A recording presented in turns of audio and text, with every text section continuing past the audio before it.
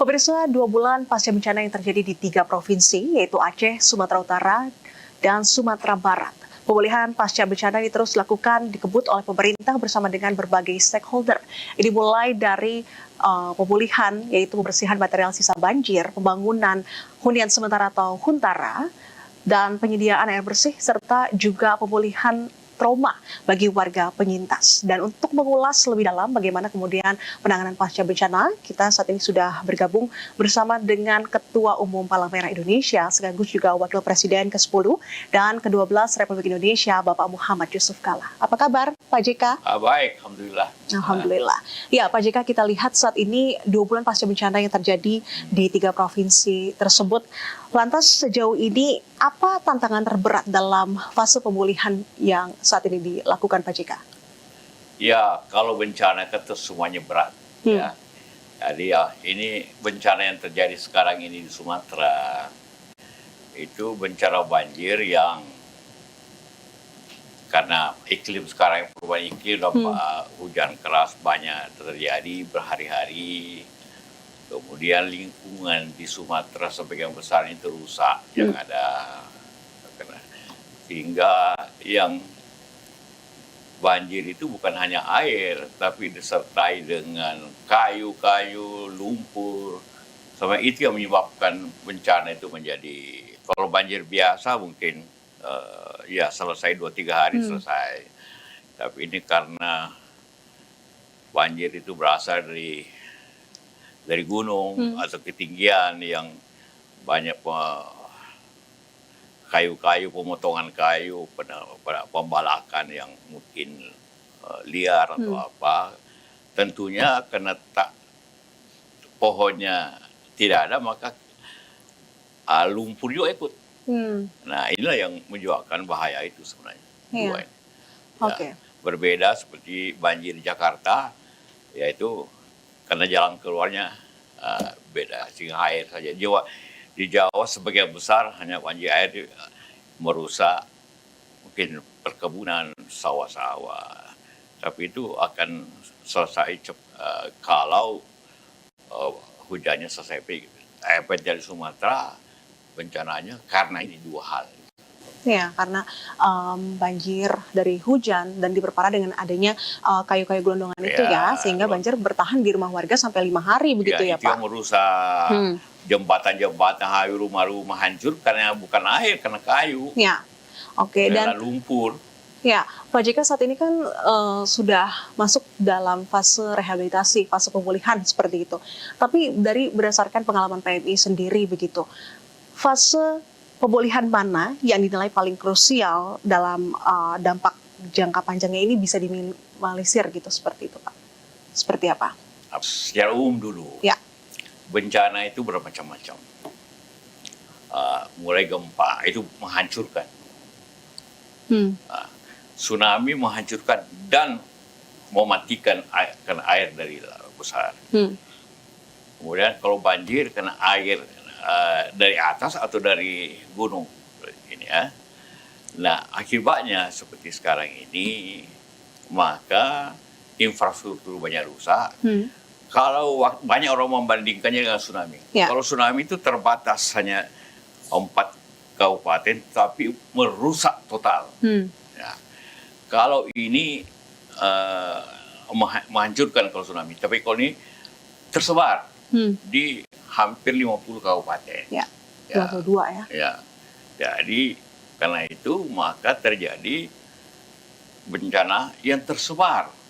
Nah, sehingga pemulihannya juga itu memerlukan waktu dan juga upaya yang membutuhkan banyak orang. Ya. Tetapi apa yang harus dilakukan ialah pembersihan dulu akibat itu. Jadi yang sekarang di Sumatera itu ya perbaikan rusak kayak rumah, sekolah, jembatan dan sebagainya. Tapi sebelum itu maka harus dibersihkan dulu yang lain, yang lumpur yang menggunung di mana-mana. Karena kalau tidak dibersihkan sekarang, padahal kalau timbul hujan lagi, ini kembali lagi lumpur ini menyebar ke rumah-rumah, ke sekolah, ke masjid, ke jalan. Itu yang terjadi. di Aceh, di Sumatera Utara, dan di Sumatera Barat. Jadi harus upaya massal untuk membersihkan, dan harus dengan alat berat dan mesti banyak, dump truck mungkin 1.000. Saya bilangin sama BPNP, kerahkan 1.000 dump truck, kerahkan 200 alat berat untuk membersihkan dulu. Baru kita secara bersamaan rekonstruksi daripada yang rusak-rusak itu. Oke. Semuanya itu yang paling penting.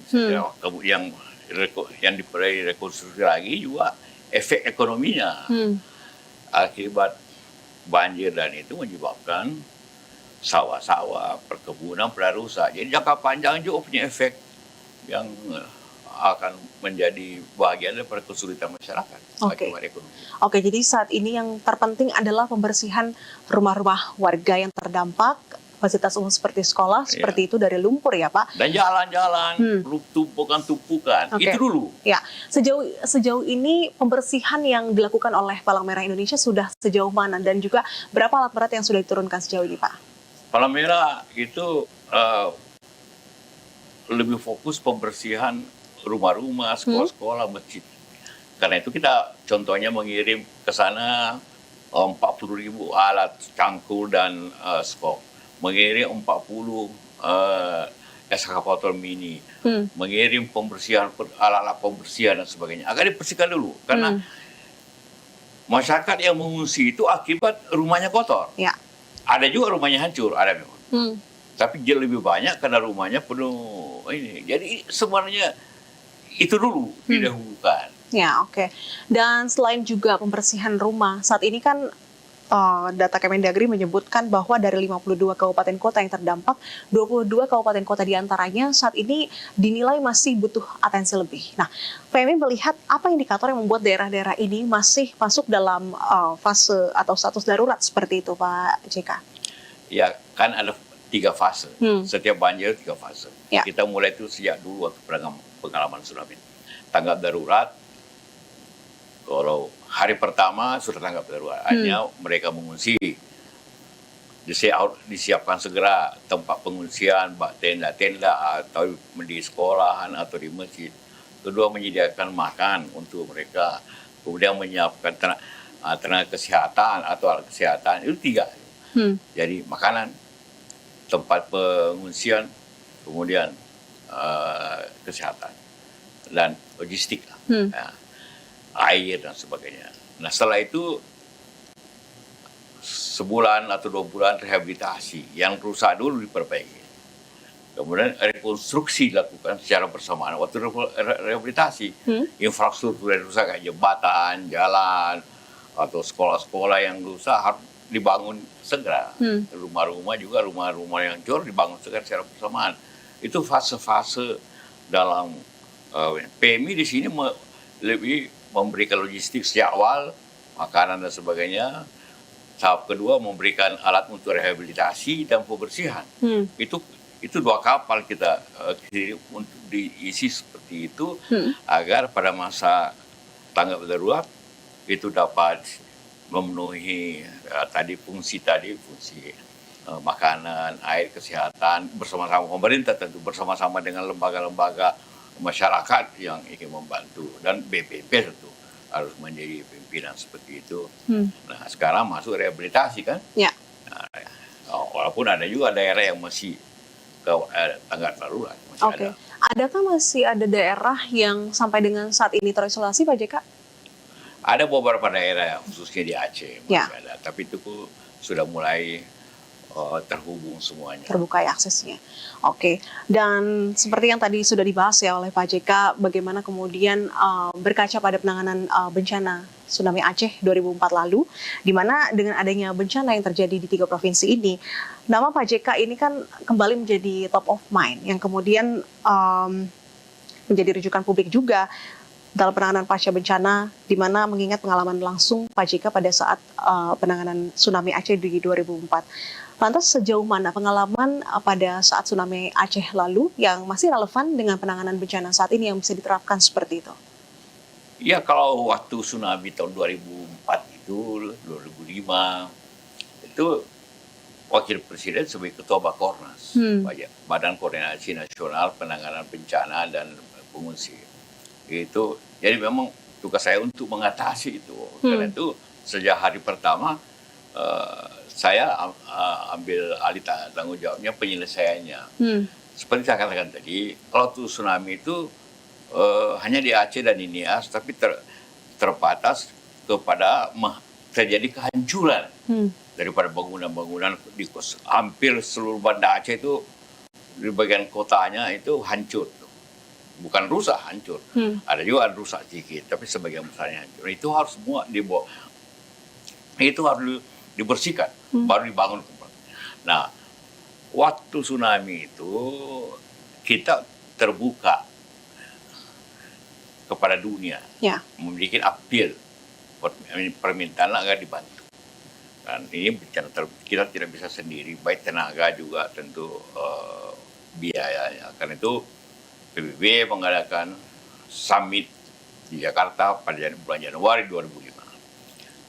Semua terkumpul waktu itu hampir $5,5 miliar untuk membantu Aceh. Dan juga pemerintah sendiri menyiapkan koridor disamakan itu $2,5 miliar. Jadi kira-kira total pada waktu itu biayanya, anggaran yang disiapkan itu hampir $7,5 miliar. Jadi kira-kira kalau dinilai sekarang itu ya kira-kira 120-130 triliun. Ya, tapi karena itu bisa lancar karena ada pendanaan. Sekarang memang karena itu masuk dalam kategori bencana nasional. Jadi yang ambil alih tanggung jawabnya dan operasionalnya itu pusat ya. Jadi waktu itu saya ketemu Nas, kemudian setelah masa rehabilitasi dan masa rekonstruksi, kita bentuk BRR, Badan Rehabilitasi Rekonstruksi Aceh. Ya, BRR yang diketuai itu. Nah, sekarang karena tersebar tidak sebesar dengan tsunami, walaupun memang penderitaannya luas sekali, kesulitannya karena waktu tsunami itu pemerintahan di Aceh itu lumpuh, karena mereka kena juga sehingga diambil alih tugas itu. Kalau sekarang ini pemerintah masih siap, masih ada, tinggal dibantu baik pendanaan juga para peralatan jembatan juga dari pusat. Itu tugas pusat, pemerintah lah yang di samping juga PMI selalu bencana apapun selalu turun mengatasi seperti itu, membantu mengatasi. Oke, berbicara tadi Pak JK sempat menyebut terkait dengan status bencana nasional yang pada saat tsunami Aceh ditetapkan. Sementara saat ini pemerintah memilih untuk tidak menetapkan terkait dengan status bencana nasional, yang mana ini juga sempat menjadi perbincangan seperti itu. Pak JK sendiri sempat menyampaikan bahwa tidak perlu ada perdebatan terkait dengan status bencana ini. Nah, apa makna yang ingin disampaikan? Karena salah satu kriteria kenapa bencana nasional kalau pemerintah daerahnya lumpuh, tidak bisa berjalan. Kalau waktu tsunami ya benar, tapi sekarang tidak. Gubernur, bupati tetap bisa bekerja. Kalau dulu kantor gubernur juga hampir hancur kan, seperti dulu bupati. Nah, tapi walaupun statusnya itu bukan, tapi peran pemerintah itu tetap pusat mau menanganinya dengan bantu dengan BNPB. Dia tetap dengan itu secara nasional seluruh Indonesia membantu. Jadi sebenarnya penanganannya tidak jauh beda, walaupun statusnya. Cuma yang agak sedikit berbeda awalnya itu pemerintah menutup bantuan dari luar. Tapi kemudian dibuka kembali walaupun terbatas. Kalau dulu tsunami justru kita appeal, minta dari dunia internasional untuk terus membantu. Oke, saat tsunami Aceh 2004, seberapa signifikan bantuan dari luar yang membantu bagi pemulihan pasca bencana itu, Pak? Kalau dari contohnya dari sisi biaya itu 2/3 biaya itu dari luar. Dari luar, oke.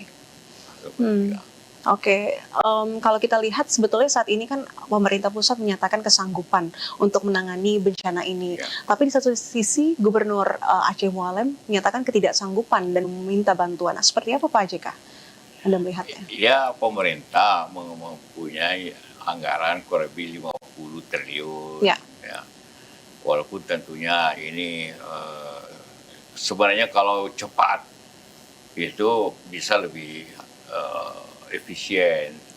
Tapi karena ini agak lama sehingga menimbulkan masalah.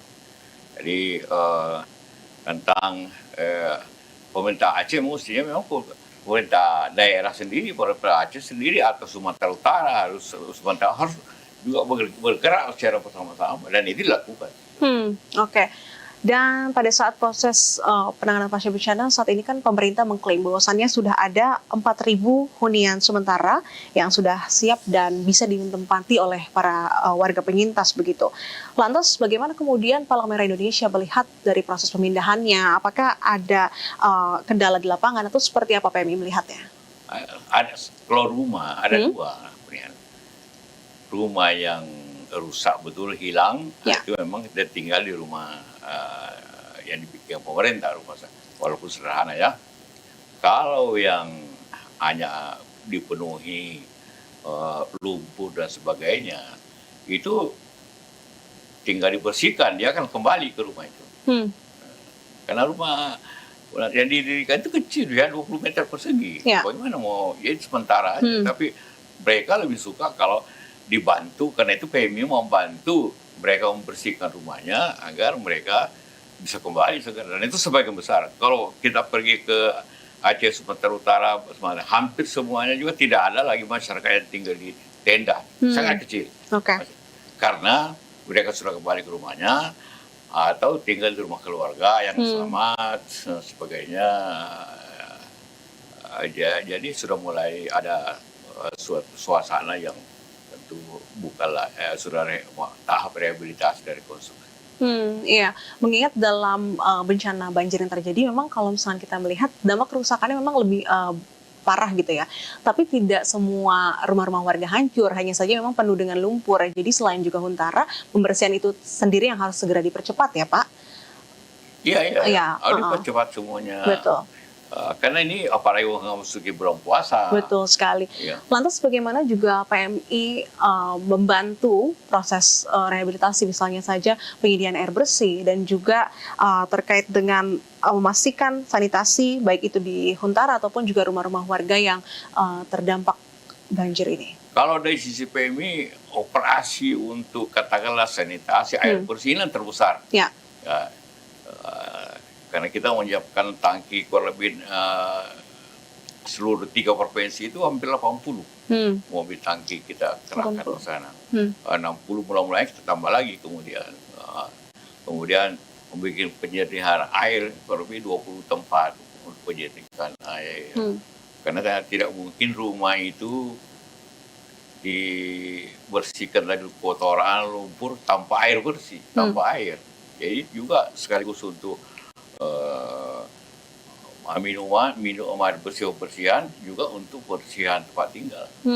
Itu dilakukan juga seperti saya katakan tadi, kita hampir semua peralatan pembersihan itu kita kirim dari sini. Ada 40.000 cangkul supaya mereka kerja sendiri lah. Dan juga peralatan yang lain. Sampai sapu lidi contohnya kita kirimkan sampai pembersihan sumur.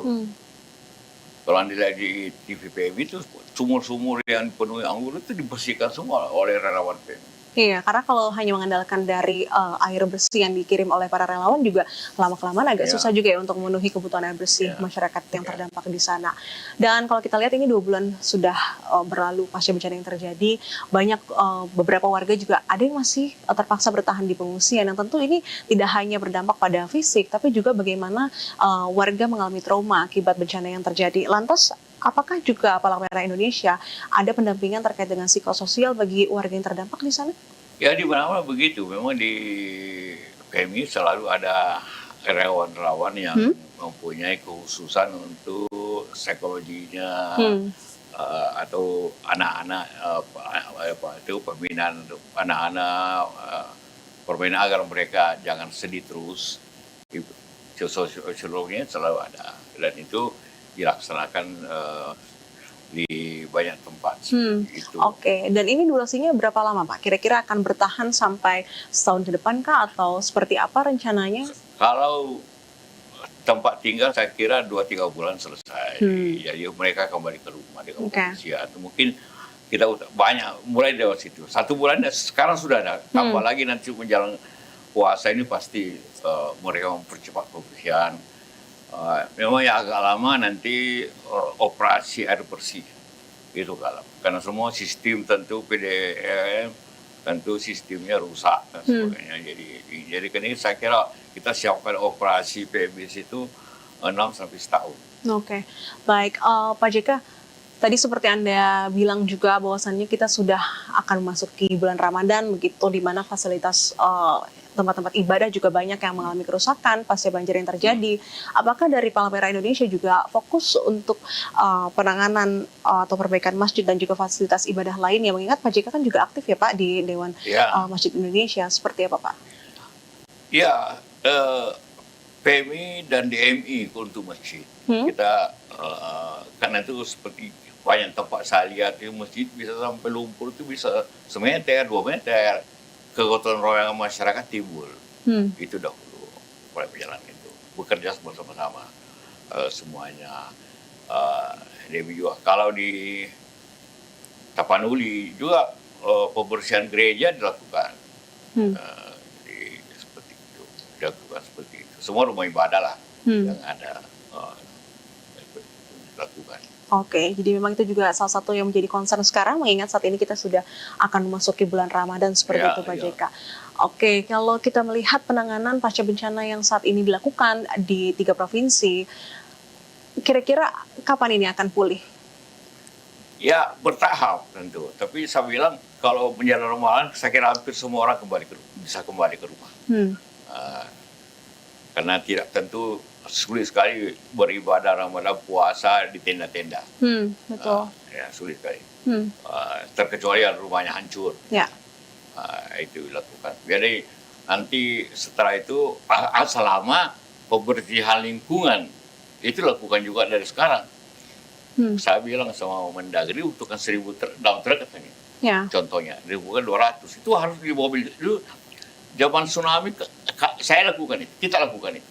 Panggil PU perintahkan, kumpulkan dalam 600 inilah. Dalam waktu 2 minggu terkumpul.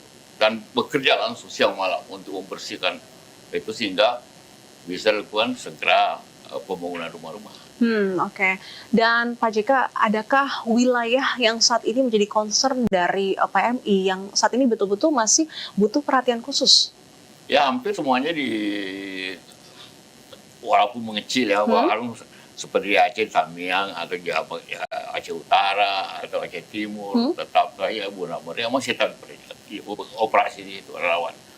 Kalau di Sumatera Utara, Tapanuli Tengah ataupun di Selatan, Tapanuli Utara itu rewan PMI masih di situ. Dan kita masih. Kalau di Sumatera Barat di Agam masih berlangsung itu.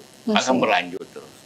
Oke, dan selain kita juga berbicara terkait dengan pemulihan pasca bencana yang terjadi di 3 provinsi, Sumatera dan juga Aceh begitu, saat ini kan juga ada bencana longsor yang terjadi di Bandung Barat yang sampai dengan hari ini menimbulkan korban yang juga cukup banyak begitu, di mana dengan laporan sementara ada puluhan korban dan ada sekitar 90 orang yang dinyatakan hilang begitu. Lantas bagaimana PMI juga melihat situasi penanganan darurat yang saat ini ada di Bandung Barat? Ya, kalau di Bandung Barat itu sekarang ini fasenya mencari korban-korban yang masih hilang. Jadi bukan biasanya, tapi karena sudah sekian hari, umumnya yang hilang itu mungkin wafat juga. Jadi kira-kira di Bandung Barat mungkin lebih 100 orang yang meninggal di situ. Itu daerahnya mungkin hanya di sekitar 20 hektar. Karena longsor aja dari jauh. Ya setelah itu mencari jenazah, kemudian rakyat di situ dipindahkan ke daerah yang aman, wilayah yang aman, dibangunkan perumahan. Ya, itu harapannya ya. Ya, kalau itu Bandung Barat seperti itu, dipindahkan. Oke, dan sampai dengan hari ini proses evakuasi masih terus dilakukan. Lantas PMI melihat apa kemudian menjadi tantangan terberat yang dihadapi oleh tim SAR dan juga relawan PMI di lapangan, khususnya dalam proses pencarian para korban di sana? Ya kalau Panjaran saya lihat tiap hari bisa lebih 1.000-2.000 orang yang bekerja mencari. Oke. Karena keluarganya tentu ikut, masyarakat sekitar juga PMI ikut serta juga membantu logistik mereka. Karena ini wilayahnya tidak seluas di Sumatera, walaupun tentu mempunyai pengorbanan yang cukup, korban yang cukup banyak juga. Oke. Meskipun memang untuk cakupan wilayahnya tidak seluas yang ada di Sumatera begitu, tapi korbannya juga cukup parah, dan juga adakah strategi evakuasi ataupun juga penanganan bencana, mengingat ini terkait dengan faktor cuaca dan juga kondisi tanahnya, Pak JK? Iya, kalau ini kan sudah terjadi, jadi tinggal menyelamatkan yang ada. Ya, dan sekali lagi ini kembali lagi masalah lingkungan. Ya. Lingkungan. Jadi di Bukit Cata di gunung sana juga saya kira banyak penebangan pohon merusak lingkungan. Jadi sekali lagi inilah yang selalu diberikan peringatan perbaikan lingkungan. Jadi pasca bencana yang terjadi di sejumlah daerah tidak hanya pemulihan pasca bencana, tapi juga bagaimana mitigasi jangka panjang agar bencana serupa tidak terulang seperti itu. Masalah. Oke, dan kita kembali menjadi membahas terkait dengan banjir yang terjadi, longsor yang terjadi di Bandung Barat seperti itu ya. Sejauh mana juga kesiapan dari Palang Merah Indonesia dalam mendukung operasi pencarian dan juga evakuasi yang ada di sana? Ya, evakuasi kan tidak banyak sebenarnya, hanya kira-kira 20 rumah. Ya. 20-30 rumah. Jadi tidak perlu evakuasi terjadi, sudah pemerintah daerah, PMP sudah melakukan itu. Yang sekarang ini masih dalam pencarian jenazah yang korban. Dan juga Anda melihat, Pak JK, bagaimana dari pengalaman PMI ya menangani bencana longsor sebelumnya, apa yang kemudian menjadi krusial agar penanganan korban yang hilang ini bisa optimal tanpa mengesampingkan keselamatan dari tim SAR? Ya, ini kalau korban itu umumnya karena longsor, kalau di Jawa ini, jadi orang tertimbun. Jadi yang harus dijaga daerah-daerah yang ketinggian, jangan ditanami sayur, jangan ditanami apa. Itu antara Jawa Barat semuanya seperti itu, karena daerah-daerah ketinggian ditanami tanaman-tanaman yang untuk orang kota. Di Garut begitu, di mana seperti itu harus dijaga seperti itu, jangan daerah ketinggian itu dibabat untuk karena kita makan sayur seperti orang Eropa, jadi tubuhnya di daerah dingin. Ya, jadi tidak sesuai ya Pak, yang akhirnya ini menimbulkan bencana hidrometeorologi di berbagai daerah, begitu ya Pak JK. Oke, kalau kita melihat tadi seperti yang kita sudah bahas, jadi intinya bencana yang terjadi akibat kerusakan lingkungan yang terjadi. Lantas apa kemudian yang menjadi pesan Anda dan juga upaya mitigasi jangka panjang yang sebaiknya dilakukan oleh warga dan juga pemerintah? Ya cuma satu saja kalau yang kita bahas ini, ya lingkungan diperbaiki, dihijaukan kembali, gunung-gunung atau bukit-bukit yang dihijaukan kembali. Kemudian juga saluran air itu diperbaiki. Ini juga itu aja sebenarnya solusi. Ya perbaikan lingkungan. Kembali lagi dunia ini karena iklim ini sudah berubah. Ya, memang ada upaya yang sewaktu-waktu hanya perubahan iklim, tapi itu kan tidak mengatasi total seperti itu. Oke. Mungkin juga perlu kita bicarakan banjir Jakarta. Ya. Kalau Jakarta lain lagi. Kalau Jakarta itu teori banjirnya sederhana. Lebih banyak air masuk daripada yang keluar. Kurang daerah resapannya ya Pak? Nah, keluar. Karena itu kalau air yang masuk sulit kita keluarkan seperti itu. Karena sudah hujan kan, terkecuali ya ada upaya-upaya perubahan iklim, perubahan awan seperti biasa. Tapi teorinya seperti itu. Jadi apa yang masalah? Keluarnya itu harus diperbaiki. Jadi kita harus bersama-sama masyarakat. Ya hanya kerugian terbesar itu kalau banjir Jakarta. Kerugiannya siap banjir mungkin triliunan. Toko tutup. Penjualan tidak jadi. Ya.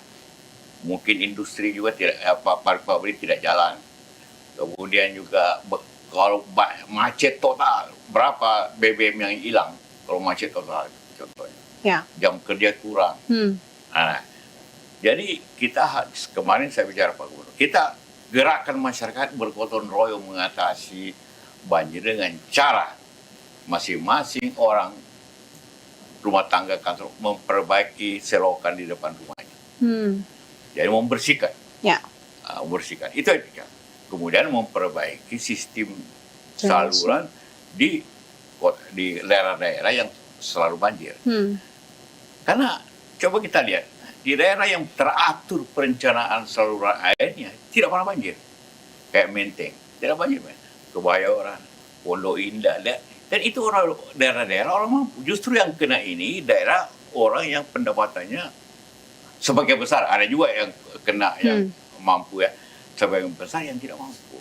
Karena itu pemerintah harus mencerahkan yang baik dan bagaimana masyarakat kita semua ini bekerja memperbaiki selokan di muka rumah kita. Semua selokan itu jangan dibeton, dibongkar, bikin aturan. Pengalaman saya di rumah beberapa waktu lalu juga terkena genangan air, bukan banjir. Ternyata karena selokan 40 cm, kenapa ada pasir.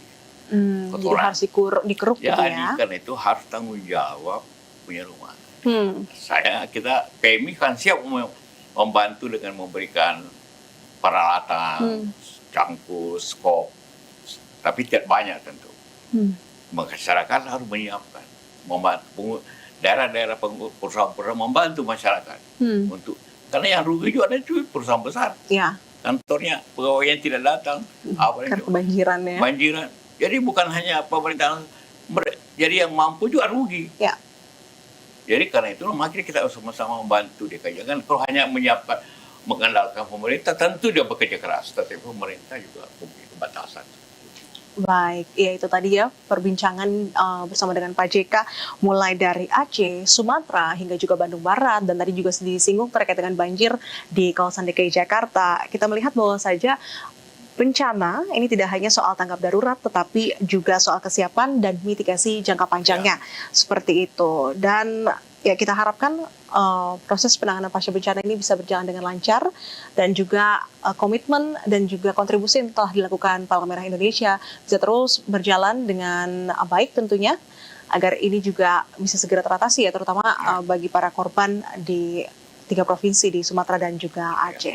Dan pemirsa, demikianlah dialog perbincangan kami bersama dengan Ketua Umum Palang Merah Indonesia sekaligus juga Wakil Presiden ke-10 dan ke-12, yaitu Bapak Muhammad Yusuf Kalla. Terima kasih Pak JK atas waktu dan kesempatannya untuk bergabung bersama kami. Ya, dan ya, saya Nisra Kirana pamit, sampai jumpa di BTV Arah Baru Informasi. Terima kasih. Pemirsa BTV Arah Baru Informasi masih akan berlanjut usai jeda. Tetaplah bersama kami, nanti akan bersama rekan saya Adinda Putri, tetaplah bersama kami.